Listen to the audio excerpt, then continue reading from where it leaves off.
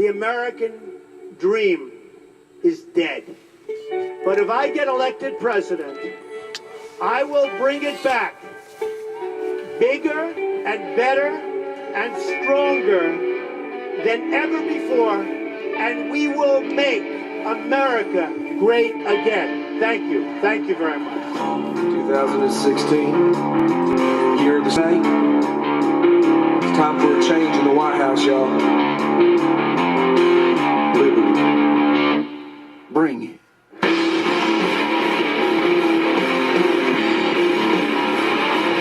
How's it going, Aline? How's it going, Debbie? If you want the real deal, then we gotta get a real leader. Want a real leader, then we need a real man. Build a wall, deal with all them terrorists. Yeah. I think they're gonna take her on to Fox. We're gonna talk about that in a minute. Thank you, and thank you, Kelly. Hey, how's it going? How's it going, Brittany? If you want to feel safe in your own backyard, one choice. Gotta play Nice, Zach. hard. I say Trump, you say hell high. When I say Trump, you say hell high. How's it going, Becky? Thank you so much. Make America great again. Let's gonna do some shares. Make America great again. Make America great again. Time to make America great again. How's it going, Betty Ann? I know, and I was only gone one day. I missed you guys too. Hillary, are you freaking kidding me? Clinton, socialist, Sanders, Bye, troll. Flanders, Army Rangers, and Bye, trolls. We're sharing, of course, over presses for America.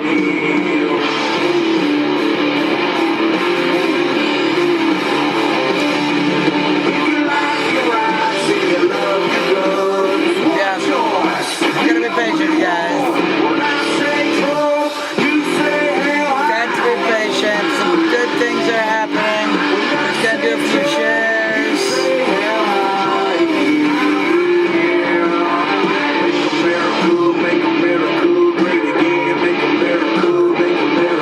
Let's do a few shares.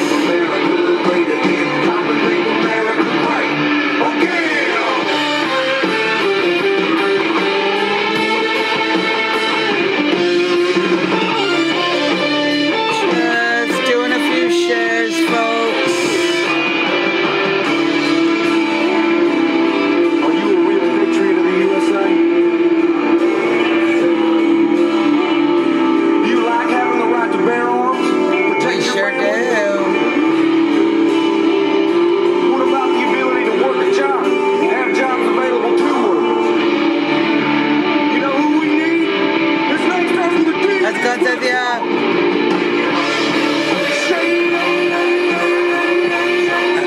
Oh, Chris, I love you so much. You're the best. You are the best, my friend. I couldn't do all this without you. When I say Trump, you say hell high. Make America great again. Make America great again. Make America. I know, I really love this song too. I love myself some Laser Snake.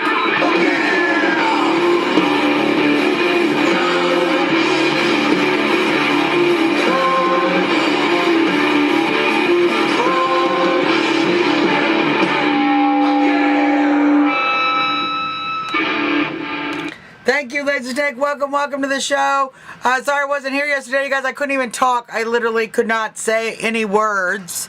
I totally lost my voice. You can see it's still a little rough. So I'm gonna try not to get too excited and yell like I sometimes do. But we got news to talk about. Folks. And I wanted to come back and make sure that we talk about what's going on in the world. There's a lot going on, so we're not going to cover every topic that's relevant in the world, but I did want to talk about the ones that are really on the forefront and are really pressing. And so the first thing I wanted to talk about is what's going on with the Roseanne show. Now, as I'm assuming everybody already knows, the Roseanne show has been canceled by ABC because Roseanne Barr on her personal Twitter This is what's important. On her personal Twitter, tweeted a tweet that said Muslim Brotherhood plus Planet of the Apes. If the Muslim Brotherhood and Planet of the Apes had a baby, it would be Valerie Jarrett. Is basically the point of the tweet. Now, ABC has called that a racist tweet, and they have determined that they will cancel Roseanne's show for the tweet. Now, in case you don't know this as well, President Trump has already tweeted about this issue, and his tweet basically says ABC called to apologize to Valerie Jarrett, which I'm not even understanding why ABC called to apologize to Valerie Jarrett for something that Roseanne Barr did on her personal Twitter. I'm not even certain what ABC thinks they're doing, other than finding an excuse to try to get rid of the Roseanne show, which is what I'm pretty sure is the problem. But President Trump tweeted he doesn't understand why he hasn't gotten an apology from ABC, and I agree with the president yet again.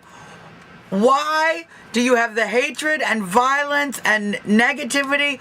They've called him a Nazi. There's all kinds of things, insulting things, that President Trump has endured from ABC.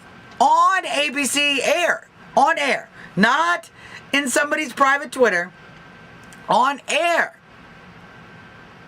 That the president has, in fact, endured from ABC. No apology. No apology. But Roseanne Barr makes a tweet on her private Twitter and ABC calls to apologize to Valerie Jarrett. Yeah, he's been called an orangutan, he's been called a Nazi, he's been called all kinds of things. On air of ABC. Not to mention ABC and Disney have some other problems entirely. And yet, here we go again. This social justice warrior crap, they pick their fights based on what agenda they want to enact. Now, I hope it is. I hope you're right. Kelly says, I love the president. I think this is a Roseanne and president plan to take down Valerie Jarrett. Oh, awesome, Fred. And it may very well be, and I hope it is, because the tweet that Roseanne Barr made, I mean, I gotta be honest, it was kind of an apt description. It's kind of an apt description. And here's the thing. Here's the other thing. You know, I didn't know that you couldn't call any other race of people orangutans or monkeys or apes, whatever it is. Because Valerie Jarrett isn't black. So I don't know why they might be angry. The black people might be angry. Valerie Jarrett is not black. She does not have black blood in her. She is Iranian as far as I am to understand. Yes. Now this is what I find pretty funny. Okay? Just last week, everyone on the left got super angry, super angry that President Trump called MS-13 animals. Not even a specific animal, just animals in general. Oh my God, that's the worst thing in the world. La la la la la la la la. Now we're mad. You can't even call people a reference to a movie of sentient. Now mind you, let's just discuss Planet of the Apes for a minute, okay? Let's discuss the movie Planet of the Apes. The movie Planet of the Apes and the Planet of the Apes series refers to a group of sentient apes who have replaced humanity. And they're oppressive. They're violent. How's it going, Mary? They hide their truth. You can't go to the forbidden zone because that's where facts are. And then you add the Muslim Brotherhood to that. That's actually a very apt description of Valerie Jarrett. Valerie Jarrett is, in fact, affiliated with Islam and radical Islam at that, and in fact is kind of an oppressive, secret-keeping, suppress the people, suppress humanity kind of person. So it was actually one of the most apt descriptions I've heard of Valerie Jarrett in a long time. Including, let's just include the fact, she really, I know, right, Angel? She really does look like the character from the Planet of the Apes. She really does. She actually has a great deal of resemblance. Thank you, El Mario. To the Planet of the Apes. So I agree, Denise. It's not nearly as much about the Planet of the Apes quote as it is about challenging and issuing any insult towards Islam. And we know that's ABC's real problem. I know, I thought she was right on too, Chris, but when I read that, I was like, this is what they're mad at? This is actually very apt. Is it a very appropriate tweet? I wish I'd have thought of that. Yes, exactly, Alvaro. She's from Iran. So apparently you can't call any brown people apes. Now, here's the thing. Many people, including especially the left, believe that we are descended from apes. Now, a lot of Christians don't believe that. My personal belief, this is just my personal belief, I believe fully in the premise of a creator, but I see no reason why God would not use evolution as the method to create human beings. It doesn't say anywhere in the Bible that in one human Earth day, God did all this stuff. It just doesn't say that. In fact, the Bible is very clear that we don't know the time of God. God's time is totally different. God doesn't have a time X. Yes, yeah, that's a good point. Mary, bring that up. God doesn't own a time X, okay? He's not on median, standard time. He's not on Earth time. It's very clear in the Bible. So my personal premise is there's no reason why God did not use evolution and the evolutionary process to create human beings. We have a lot of evidence that there are, in fact, previous versions of humanoids. Exactly. Thank you, Angel. And I think that's even metaphorical. I don't think they mean a specific mathematical formula. I think they're saying it is like 1,000 years. Could be 1,000,000 years. Who knows? It's not for us to know. They're really clear. It's not for us to know. That's the one thing I know extremely clear on. Not for us to know.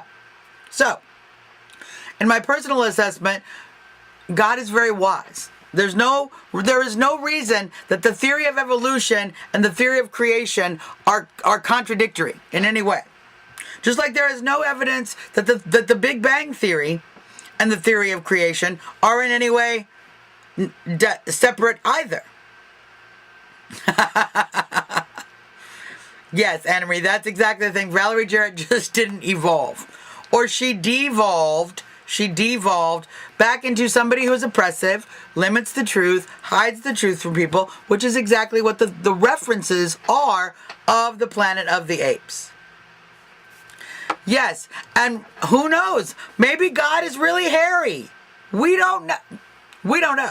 I mean, if you look through the Bible, God shows up as a lot of ways. I don't look like a burning bush, last I checked. So, I feel like maybe we're launching into an area of a lot of human beings don't know things, okay? And we're not meant to know. It's not for us to know. So, even on that premise, you have liberals who are like, oh, we're descended from apes, da-da-da. Oh, by the way, don't call any humans apes. It's absurd. It's absurd. You guys got to... Leftists, you have to pick your point, okay?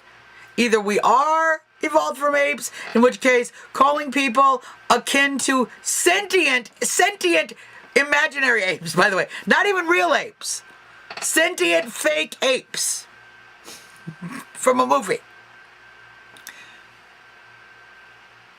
Now, Valerie Jarrett, and I agree with what Mary said, that this has created a lot of information seeking about Valerie Jarrett, and there's a lot of people now trying to figure out who Valerie Jarrett is. I think this is a really good thing, because more and more people need to understand and need to know who Valerie Jarrett is, what role she played in the demise of our country.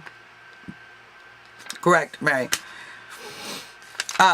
What role she played in securing our relationships negatively with radical Islam, how she has undermined humanity and the United States again and again in her actions. I think it's time more and more people find out about Valerie Jarrett and what danger she is. And Valerie Jarrett, to be fair, we got a lot of things coming down the pipe as far as investigations and such. As Mary said, this may very well be, or as Kelly said, this may very well be an opportunity to bring up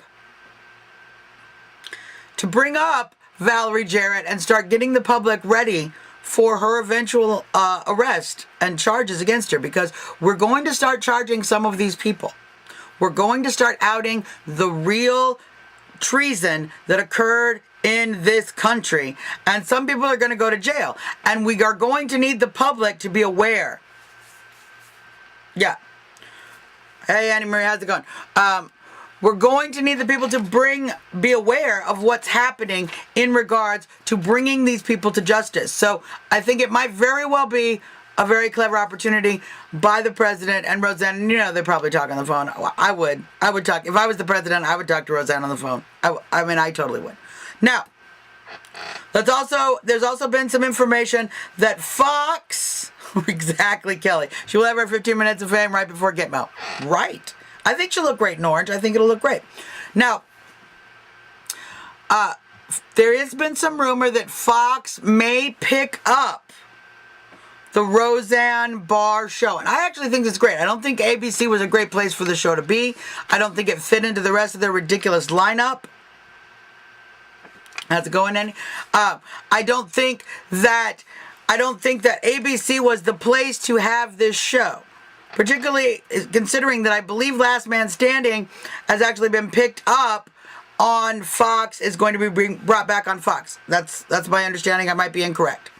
So I actually think that those two shows might want to be together, and this might ultimately be a great deal for Roseanne as far as bringing the entertainment that we want to watch together on a network, on a singular network, because I don't want to watch ABC. There's nothing else on ABC I want to watch. In fact, I find it kind of annoying when you put on Roseanne on ABC and then you leave it on, and then what, Kimmel comes on and you're like, Kimmel's on my TV.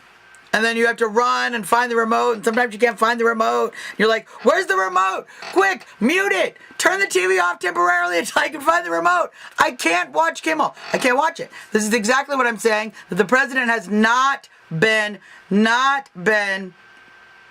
awesome. Yeah, you see, Annie, I've done the opposite. I've literally made a backwards hat. So when you're watching me,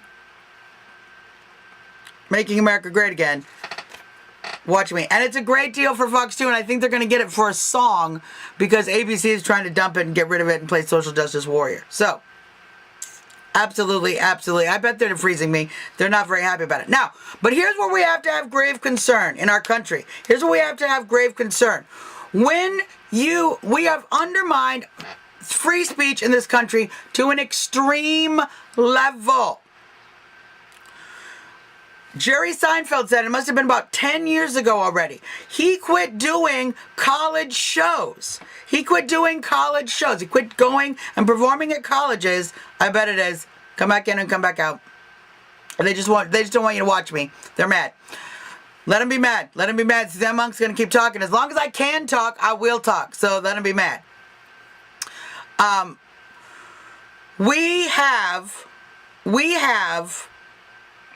Yeah, I know. I'm sure they're freezing. I know the cast and they're all going to deal with it. Or they're going to get outed. They're going to get removed from the show. We're going to have somebody else on the show. Oh, yeah. Even Twitter is doing it. Even Twitter is totally freezing up on me. It's not frozen on my end. So pop back in, pop back out. I'll talk about nothing for a second while y'all pop back in and pop back out. Pop back in, pop back out. Yeah. I wouldn't be surprised if it was the deep state that gave me my laryngitis, actually. I wouldn't be surprised at that. They're trying to figure out how to quiet me here because quieting me here is only so effective, unfortunately. It's only so effectively. Yeah, great. Go out and come back works. Great. That's fantastic. So, now, Jerry Seinfeld has already said, must have been even a decade ago now, he didn't do college shows because the social justice warriors, the things that you couldn't say in a college comedy show and how offensive people were going to be in a college, how offended people were going to be in a college comedy show, had gotten to the point where Jerry Seinfeld, okay, he doesn't tell a lot of very controversial jokes, you guys. He's no Lisa Lampanelli, okay? He's no Cat Williams. He's no Richard Pryor. He's Jerry Seinfeld, Ovaltine. I mean, this is the kind of jokes he tells. He tells the most ridiculous, simplistic jokes. But even Jerry Seinfeld knew, almost a decade ago now, that our free speech and the ability of individuals to listen to free speech had become so degraded in this country. Yep, we're live, Annie Marie. We're live, Anna Marie Tetro. Had become so degraded that he did not want to take the risk of actually doing college shows. So here's the thing. Comedy is the art of being moderately offensive to somebody. Comedy is the art of being moderately offensive to oh, Twitter is just totally... Twitter keeps coming up with the wait thing. It's, oh, that's happens and responding. Okay. I see what you're doing. I see what you're doing, Zuck. I see what you're doing. Goliath. That's what I call the deep state control machine of all of the internets. I call it Goliath because I think it's the most apt description. Now, we've already undermined comedy to an extreme level. Comedy is the forefront of free speech. It is an art that requires free speech. You have to be able to speak freely in comedy because you're going to tell things that are offensive. It's the nature of comedy itself. When we start attacking comedians for their own right to free speech, we are literally in the process of deeply undermining all of our rights to free speech. If a comedian can't tell a joke, then soon all of us won't be able to say anything at all. And we're actually seeing that. We're seeing that in our companies. We're seeing that in our jobs. We have to be very careful what's appropriate to say, what's not appropriate to say. It's gotten to the point of ridiculousness. Now, what's funny is Wanda Sykes, who was one of the writers on the Roseanne show, Wanda Sykes, whoa! Will that woman say some ridiculous racist things all the time? If you've ever seen a Wanda Sykes show, it's mind-numbingly racist against white people. And has been for a long time. But as a fellow comedian, I have always supported and stood with the right of my fellow comedians to say things, even things that I didn't agree with and I thought were utterly offensive. That's the nature of comedy. You're going to offend people.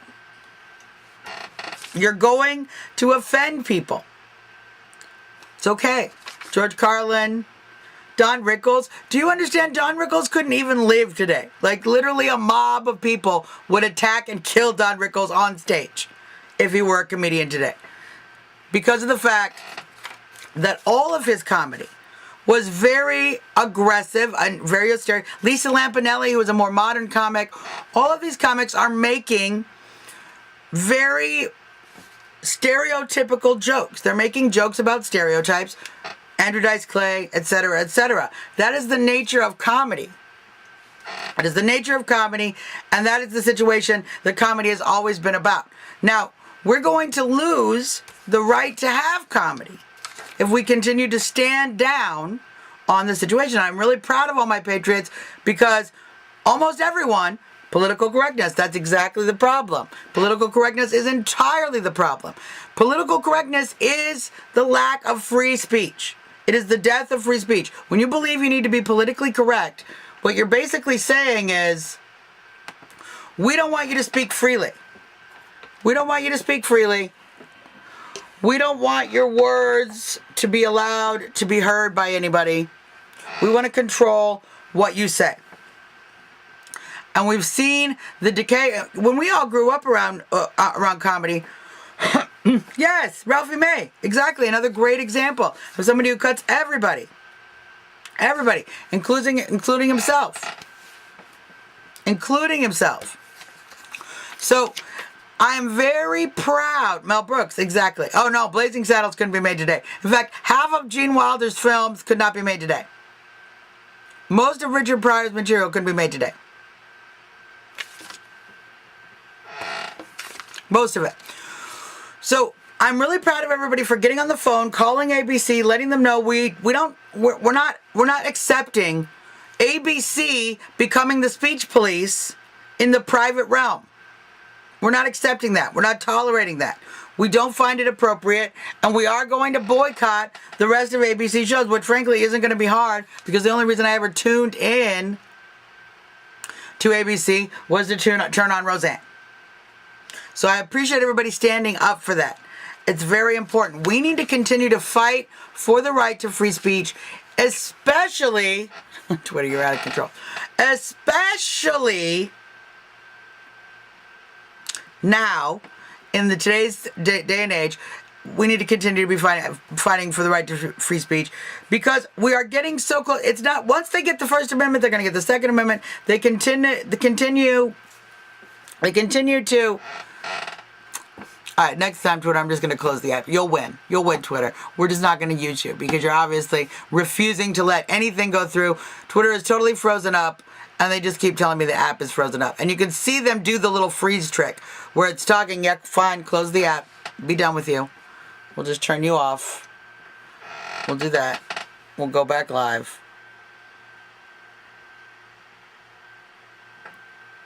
There we go. See if that helps. Now, Debbie, I don't mind her apologizing, and I understand why some people are frustrated that she did apologize.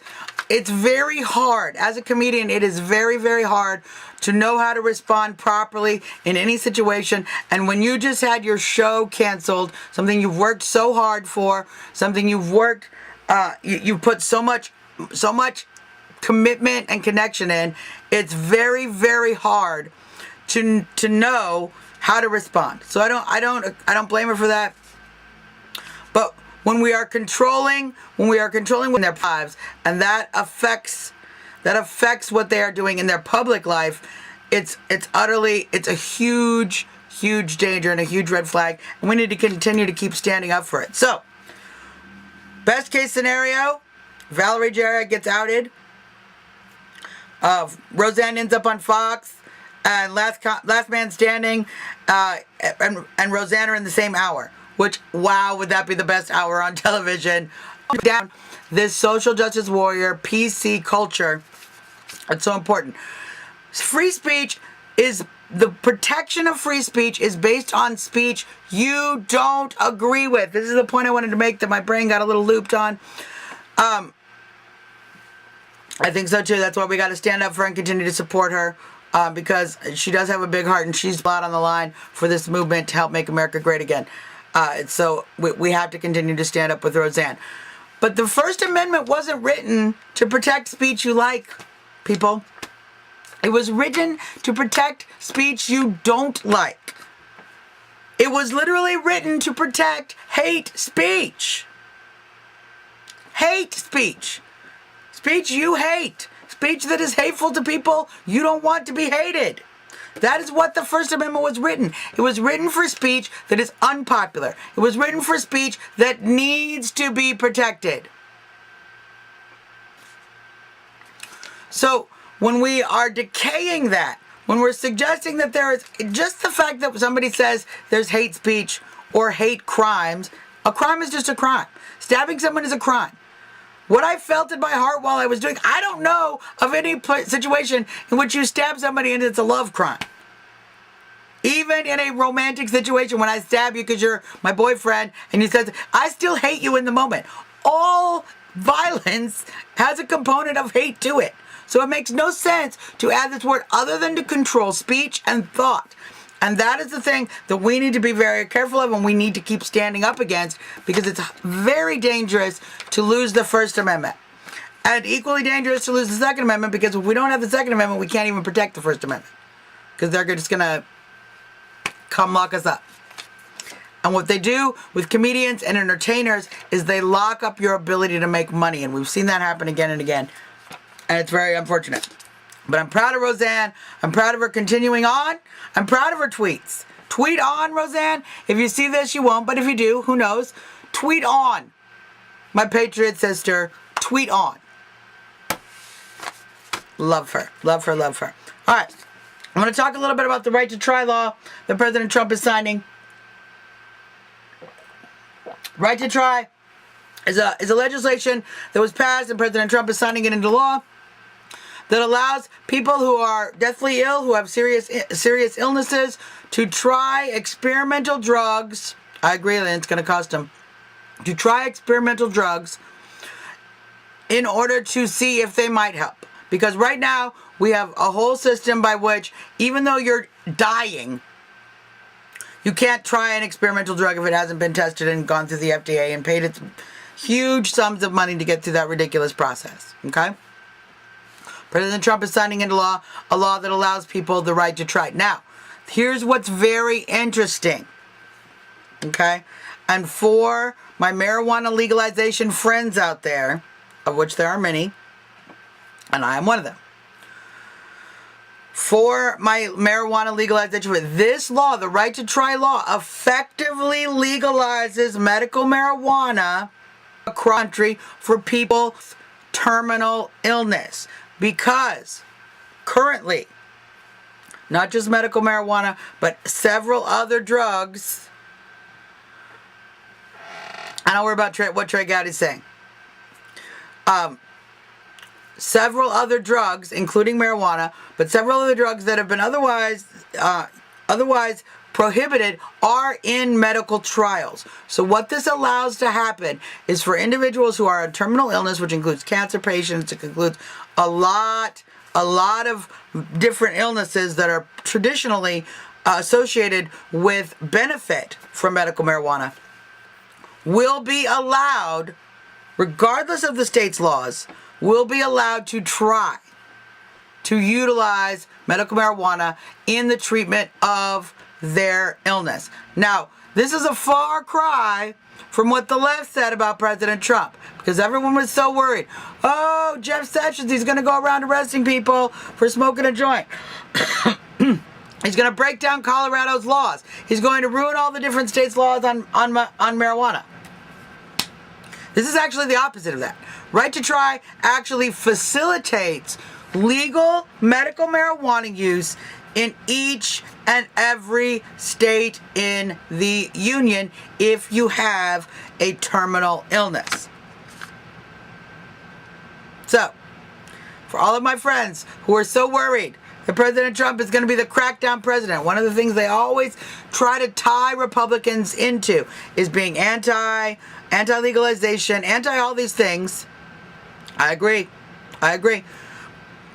But President Trump is the opposite of that. He has not been anti any of these things. He's not a traditional Republican, and he's not operating like a traditional Republican. And these are the steps necessary to move forward. By being able to engage in the right to try, every person who can participate in right to try actually becomes another test subject that we can assess the benefits and or dangers of these medicines. Now, there's a lot of pharmaceutical medicines that are going to be included as well, which is great. And we're going to find a lot of cures. Pam, you're absolutely right. Right to try is going to help us find a lot of cures. But what it's also going to do is undermine Big Pharma's ongoing attack against medical marijuana, because now we have made it actually legal for all of these individuals with terminal illness to utilize this medication in a way that will have case after case after case reference that will facilitate saying it's not dangerous. Look, we have all of these cases now. We have all of these cases. Big Pharma is totally losing control, Denise, and that is thanks to our president. That is thanks to our President Trump. We're going to find more people be able to cultivate in their homes for medical use. All of this is going to begin the process.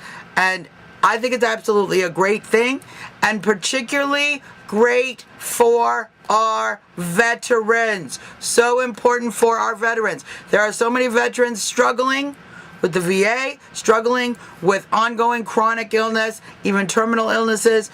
and it's going to actually be a great facilitator. What my president is smart about is he does it in such a way that doesn't let Big Pharma, we're actually undermining you, Big Pharma. He doesn't even let them know that. He's like, oh no, right to try. They'll be happy to try your drugs.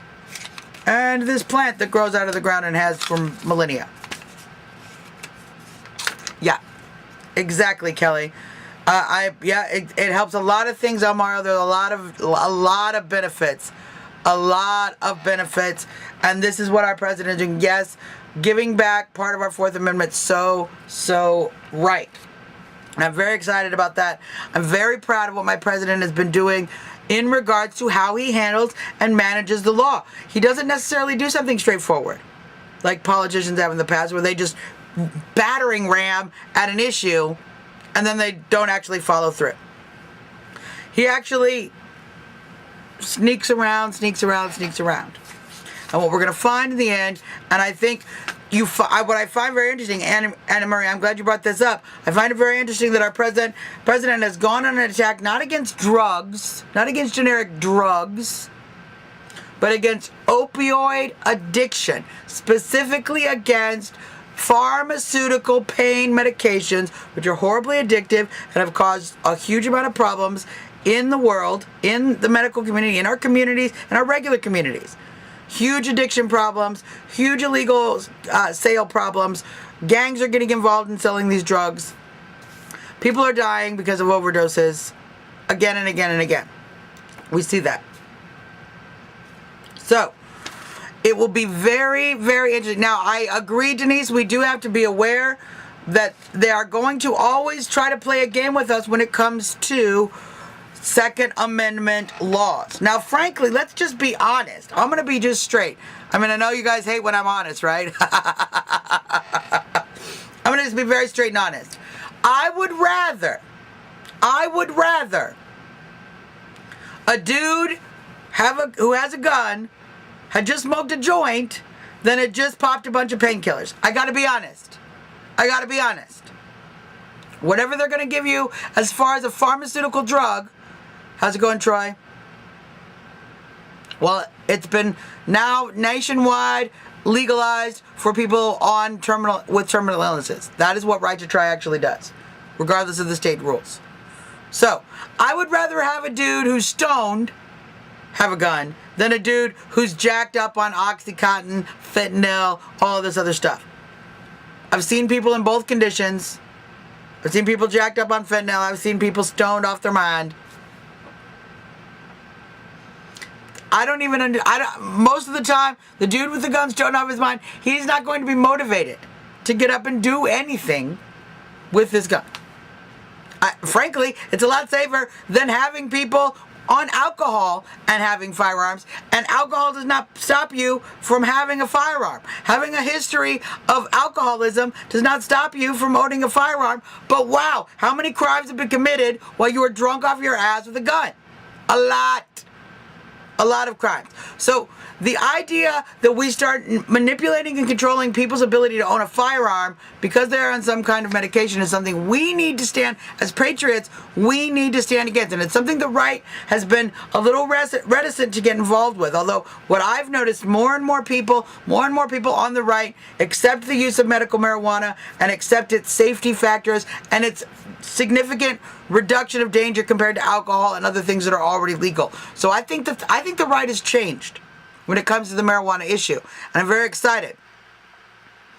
Right, this is what's probably going to happen. Fred, thank you, Fred. Here's a dude stoned with he's got his firearm. We're going to use my scissors like we do. He's like, this is not a Dorito. That's what's going to happen. That is what's going to happen. It is hard to hate when you're high. However, I've seen some people on fentanyl, they're pretty still pissed off. Gotta be honest. Very cranky people. Very, very cranky people. Now, so we're making progress, folks, and I'm proud of the right for their shift in opinions on this issue because I think we are making rational opinions. It's a good thing to see people starting to make better and better decisions when it comes to how much the government should be in control of our lives and our choices. Now, Keith, Keith says guns with any drugs do not miss well, and that may very well be. You should always use firearms in a safe and sober manner. Let's just say, for the record, Trump Talk US and Suzzanne Monk suggest please use firearms while sober and in a safe manner. Okay? I'm going to start out with that. However, what we need to stand against and what we need to be very careful about is the government and the government that we don't like, the part of the government that is still outside of the president's control and is still making very negative and bad decisions for us. The government that wants to control our guns is going to use, yeah, it really helps with PTSD. I agree, Catherine. It is going to use this to try to prevent your right to own guns. Now, I agree with Catherine Guerra just said, the same rules should be for guns as with driving. Right. Don't drive drunk. Don't drive stoned. Don't drive hopped up on fentanyl. Just don't do it. That's a good question. I don't know the exact year, but I do know the circumstances under which marijuana was made illegal, Fred, and a lot of that was based on one, the paper industry, because hemp was such a competition to cutting down trees and making paper out of trees because it makes such more effective paper, and it's readily renewable on a regular. You can just renew it every year. You just grow crop. Sometimes 2 crops. So I know that. Also, oil industry. There were a lot of industries that worked very hard. The timber industry that worked very hard to keep marijuana, to make marijuana illegal, and they used a lot of racist tactics. They literally suggested that. In fact, it didn't used to be called marijuana. It was cannabis. It was hemp. The word marijuana. The word marijuana was created as a way to associate cannabis use with Hispanic people so that they could say that people who were high on marijuana were Hispanics who were going to come and rape your women. This is what they would say. Look it up. I'm not making this up. So they used that word just like the left has always done. They changed the word that we use. They manipulated language, and they used it to spread a lie in order to get what they want. Yes, 1938. And that's a fact, Fred. Thank you. In 1938, they controlled marijuana by making you required a tax. In fact, to be fair, for many years, even the tax law is still on the books. The tax law is still on the books. It was made illegal, but they didn't take the tax law away. So, in fact, there have been some cases where they get you for the Tax Stamp Act and they get you for the possession.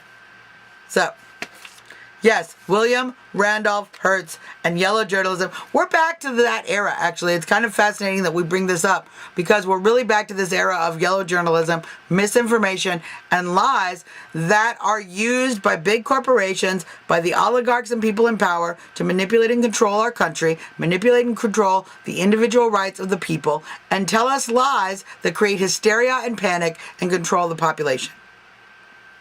It's tragic and unfortunate, but therein lies the reality, and that's what we're dealing with right now. People have woken up. People have woken up in this country. How's it going, Kimberly? People have woken up in this country, and we are really starting to get some real. Now, to this day, even throughout all the illegality, there are certain pieces of military equipment that require using hemp oil, and the federal government has, in fact, always provided itself a source of hemp oil to provide the oil for those pieces of equipment. Levi's used to make almost predominantly all of its Levi's used to be made out of hemp fibers. That's why they lasted so long. That's why jeans lasted so long. Because they were made out of hemp fibers. I am told the original Constitution is written on hemp paper. It lasts way longer. It doesn't have the same acid erosion that tree paper does. And so it is a high rope. Used to be used in all the sailing industries. We use rope. There are countless uses for industrial hemp and for the cannabis plant as a medicine, as a treatment for all sorts of issues and illnesses and human ailments. And frankly, you just not in a good mood and you want to be in a better mood. But Big Pharma, Big Paper, Big Timber, and Big Government combined together since the early 1900s have tried to control our ability to use this plant that was intrinsic. Thank you. Declarations on Dutch hemp. Thank you, Fred. To the founding of this country. Our founders grew hemp, you guys. Our founders grew, and if you read through many of their diaries and many of their information, and smoked marijuana. It wasn't even marijuana then, it was cannabis. They grew it, they smoked it, that's what happened. Now, some people will say, and while I'm covering the topic, let's cover it all. Some people will say, well, today's strains are so much stronger and different. They're so much more powerful than they used to be. Let's be honest, we don't know that. We don't know that, okay? Years of following through the marijuana cultivating and combining different plants. Sure, there are aspects of different plants that we've mastered and we've connected up with one another. We've made different varieties and different strains. But I don't know what the founders were smoking. And there were very different, there are different types of plants that are used to make rope, that are used to make smokable marijuana. The plants that are most effective for rope, paper, oil are not the plants that are going to be most effective for smoking. In fact, for smoking, you don't want it to have any seeds at all. You don't want it to have any seeds whatsoever. So,